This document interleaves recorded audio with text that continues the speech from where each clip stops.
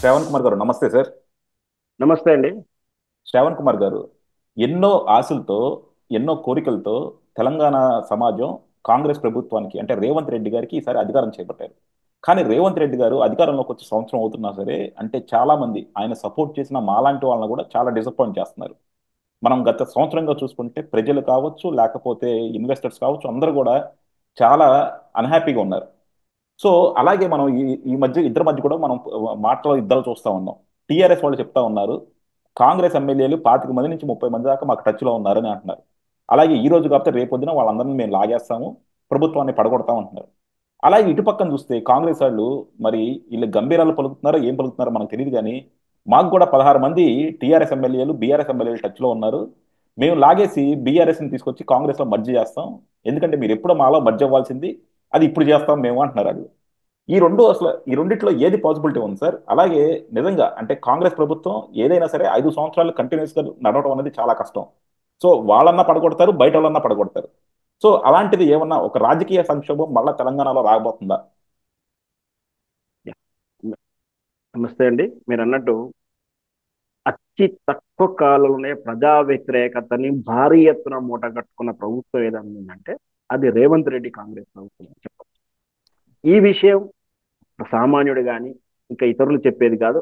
వాళ్ళ స్వయంగా వాళ్ళ పార్టీలో ఉన్నటువంటి కాంగ్రెస్ సీనియర్ లీడర్లే చెప్తా ఉన్నారు.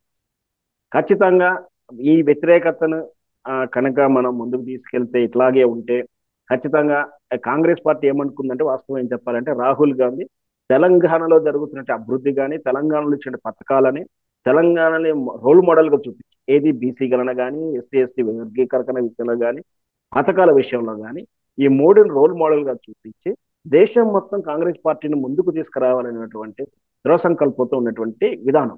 ఈ మోడీ విషయంలో కూడా ఘోరాతి ఘోరంగా ఫెయిల్ అయింది రేవంత్ రెడ్డి ప్రభుత్వం. సో ఈ విధంగా వ్యతిరేకత ఒకవైపు వస్తుంటే దీన్ని కప్పిపుచ్చుకోవడానికి మైండ్ గేమ్ లో ప్రారంభమైంది. ముఖ్యంగా ఏంటంటే ఫస్ట్ 10 మంది ఎమ్మెల్యేలను రేవంత్ రెడ్డి గారు కాంగ్రెస్ తీసుకున్న తర్వాత బీఆర్ఎస్ నుంచి వీళ్ళు కోర్టుకు వెళ్ళడం, కోర్టు తీర్పు ఈ తుది దశలో ఉంది. వాస్తవానికి ఏంటంటే ఉన్నటువంటి కోర్టు తీర్పును మనం ముందస్తుగా చెప్పడం ధర్మం కాదు, ముందస్తుగా మనం చెప్పకూడదు, ప్రిడిక్ట్ చెప్పకూడదు. కానీ గతంలో వచ్చినటువంటి సుప్రీంకోర్టు తీర్పులు న్యాయంగా ఉన్నటువంటి సెక్షన్ల ప్రకారం చూసినా గతం సుప్రీంకోర్టు తీర్పులు ఇచ్చిన కోడ్ ప్రకారం చూస్తే ఈ విధంగా పార్టీ మారిన వాళ్ళ మీద చర్యలు తీసుకోవడం అనేది స్పీకర్ విచక్షణ అధికారం అయినప్పటికీ స్పీకరు అంటే ఆ పదవి కాలం దట్ కాల్డ్ అసెంబ్లీ ఏది 5 ఏళ్ల కాలంలో నాంచకుండా ఇమ్మీడియట్లీ తీసుకోవాలి. అది ఆ పీరియడ్ నాంచబెట్టకూడదు, వెంటనే చర్య తీసుకోవాలి, ఎన్ని రోజుల్లో తీసుకోవాలి కానీ ఖచ్చితంగా తీసుకోవాలని సుప్రీంకోర్టు గైడ్ లైన్ చెప్తుంది. అది తుది దశలో తీర్పులో ఉంది. రేపో మాపో ఈ 10 మంది ఎమ్మెల్యే మీద ఏదైతే బీఆర్ఎస్ నుంచి పార్టీ మారారో ఆ 10 మంది ఎమ్మెల్యే మీద చర్య తీసుకోవాలి. 10 కానీ 20 రోజులు కానీ 30 రోజులు కానీ ఏదో కాల పీరియడ్ పెట్టి ఖచ్చితంగా ఈ 30 రోజుల్లో మీ ఇష్టం వచ్చినటువంటి నిర్ణయం తీసుకోవాలని ఒక ఇండికేషన్ చేసే అవకాశాలు ఉన్నాయని ఒక అంచనా వేస్తున్న తరుణంలో ఖచ్చితంగా ఆ 10 మందిని బహిష్కరించాల్సి వస్తే ఉప ఎన్నికలు వస్తాయి. కాబట్టి దీన్ని మనం అవాయిడ్ చేయాలంటే అంటే ఈ 10 మందిని ఆ, ఉప ఎన్నికల్లో వచ్చేలా చేయకుండా ఉప ఎన్నికల ఫలితాలు మంచిగా రావని ఉద్దేశంతో ఉప ఎన్నికలు ఓడిపోతామన్న భయానికి దాన్ని మైండ్ గేమ్ స్టార్ట్ చేశారు. అసలు బీఆర్ఎస్ పార్టీనే మనం కొనేస్తున్నాం, బీఆర్ఎస్ పార్టీ మనం మెర్జ్ చేసుకుంటే బాగుంటుంది అని ఒక ఆలోచనతో ప్రాపకండం స్టార్ట్ చేసి ఆ మిగతా 16 మంది మాకు వస్తానికి సిద్ధంగా ఉన్నారు, నాలుగు నాలుగు మంత్రి పదవులు ఇస్తారు, బీఆర్ఎస్ పార్టీ కీలక నాయకులు ముఖ్యంగా హైదరాబాద్ లో ఉన్న కీలక వ్యక్తులంతా కూడా గతంలో మాజీ మంత్రి అయినటువంటి పేర్లు చెప్పడం మనం ధర్మం కాదు, కానీ అందరూ కూడా బేరమాడారు అంత సిద్ధమైపోయింది అంటూ కూడా ఈ వార్తని కేవలం కాంగ్రెస్ అనుకూలంగా ఉన్నటువంటి డిజిటల్ ప్లాట్ఫామ్లు అయినటువంటి సోషల్ మీడియా వార్తా ఛానల్లో మాత్రమే వస్తూ ఉంది.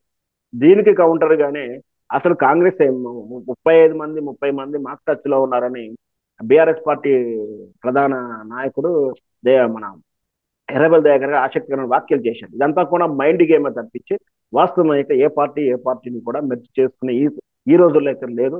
ప్రజల సమస్యలు బయటకు వదిలేసి కాంగ్రెస్ పార్టీ ఈ విధంగా వ్యతిరేక మూట కట్టుకోవడం వల్ల ఈ పరిస్థితి వచ్చిందని చెప్పొచ్చు. నిజంగా అయితే రేపు బహుశా ఈ వారంలోనే సుప్రీంకోర్టు నిర్ణయం ఉంటుంది. ఏది 10 మంది ఎమ్మెల్యేలను బహిష్కరణ పెట్టే తీర్పు ఏదైతే ఉందో అది వస్తే మాత్రం ఖచ్చితంగా ఏదో ఒక క్లారిటీ అయితే వస్తుంది. దానికోసమే వీళ్ళంతా కూడా మైండ్ గేమ్ ఆడుతున్నాం అని అని ఒకటి చెప్పండి సార్, అంటే రేవంత్ రెడ్డి, కేసీఆర్ వీళ్ళంతా ఏంటంటే నిజంగా గ్రౌండ్ లెవెల్ నుంచి వచ్చిన రాజకీయ నాయకులు. వీళ్ళకి ప్రజల పల్స్ పట్ల చాలా కంప్లీట్ గా అవగాహన ఉంటుంది. ఇప్పుడు మన కేటీఆర్ అనుకోండి, ఆయన సెకండ్ గ్రేడ్ లీడర్. అంటే ఆల్రెడీ వాళ్ళ నాన్నగారు రాజకీయాల్లోకి వచ్చేసినాక ఆ ప్లాట్ఫామ్ ని ఉపయోగించుకుంటున్న లీడర్. కానీ రేవంత్ రెడ్డి, కేసీఆర్ అనే వాళ్ళు కంప్లీట్ గా జనాల్లో నుంచి వచ్చిన లీడర్స్. వీళ్ళకి ప్రజల పల్స్ ఒకటి బాగా తెలుస్తుంటది. కానీ ఎందుకు రేవంత్ రెడ్డి అధికారంలోకి వచ్చినాక ప్రజలకు దూరం అవుతున్నాడు? ఎక్కడ తప్పు రైట్. జరుగుతుంది?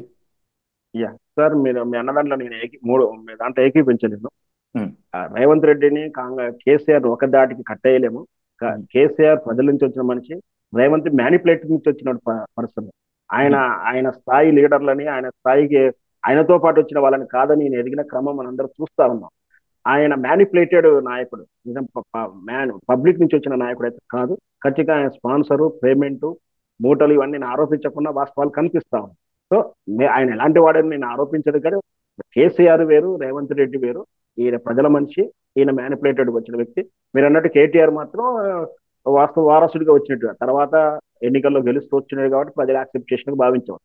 కానీ ఇక్కడ అదే నేను చెప్పేది, అంటే ప్రజల నుంచి వచ్చినంత మాత్రాన ప్రజలకు ఒక స్పందనని గుర్తించకుండా, ప్రజల యొక్క భావాలను గుర్తించకుండా అతను ఏకస్వామ్యంగా వ్యవహరించడం వల్లనే కేసీఆర్ మోసపోయాడు, కేసీఆర్ ఓడిపోయాడు.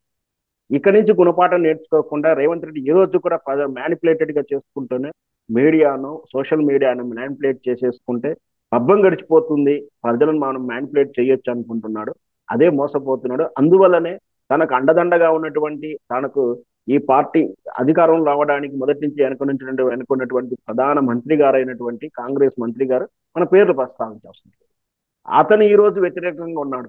అతని మీద అలా ఎమ్మెల్యేలందరూ తిరుగుబాటు చేస్తా ఉన్నారు. అంటే ఇక్కడ కరెక్ట్, తను ఒక కార్యదీక్ష కరెక్ట్ గా ఉండి ఏదైతే శ్రమించి బాగా పనిచేసి ఉంటే ఈ రేవంత్ రెడ్డికి ఈ రోజు ఈ గొడ్డు పరిస్థితి వచ్చేది కాదు.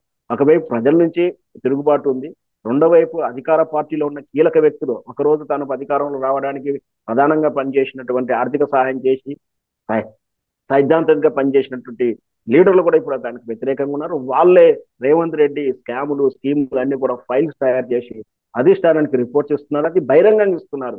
రేవంత్ రెడ్డి చీకటిగాను, రేవంత్ రెడ్డికి చాటుగా ఇవ్వట్లేరు. వాళ్ళు ప్రెస్ మీట్లు పెట్టి మరీ చెప్తూ వెళ్తున్నారు.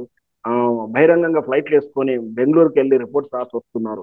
ఇవన్నీ చూస్తుంటే అదే నేను ప్రజల నుంచి వచ్చే నాయకుడికి ఈ పరిస్థితి రాదు. అంటే మ్యానిపులేట్ చేసుకుంటూ మభ్యపెడుతూ పైకి వచ్చారు కాబట్టి ఈ పరిస్థితి ఎదుర్కొంటున్నాడు. ప్రజల కోణంలో ఈ రోజు రేవంత్ రెడ్డి పనిచేసి ఉంటే ఖచ్చితంగా మళ్ళీ రేపటికైనా మళ్ళీ గెలుస్తుంది. రేవంత్ రెడ్డి మంచి నాయకుడిగా అవకాశం వచ్చిన దాన్ని దుర్వినియోగం చేసుకుంటున్నాడు అనేది నా ఉద్దేశం. యా, చూద్దాం సార్ డెఫినెట్ గా. ఎందుకంటే రేవంత్ రెడ్డి మాత్రం చాలా మంది, అంటే ఆయన నమ్ముకున్న ప్రజలు కావచ్చు, ఆయన నమ్ముకున్న క్యాడర్ కావచ్చు, అందరినీ కూడా చాలా డిసప్పాయింట్ చేశాడు. సో నిజంగా 100%. యా, రేవంత్ రెడ్డి 100%. మీరు అన్నట్టు ఏంటంటే ఇంత తొందరగా ప్రజా వ్యతిరేకత మూటకట్టుకున్న నాయకుడు ఇంకోటి లేడేమో. మేము ఇంకా అందరం జగన్మోహన్ రెడ్డిని అనుకుంటా ఉన్నాం. జగన్మోహన్ రెడ్డి కన్నా ఎక్కువగా చాలా స్పీడ్ గా రేవంత్ రెడ్డి నెగిటివిటీ తెచ్చుకున్నారు. కానీ ఆయన ముందు ఇంకా టైం ఉంది. కరెక్ట్ చేసుకుంటారో లేదంటే ఇదే దిశగా వెళ్తుందో చూద్దాం సార్. థ్యాంక్ యూ అండి. Thank you very much sir.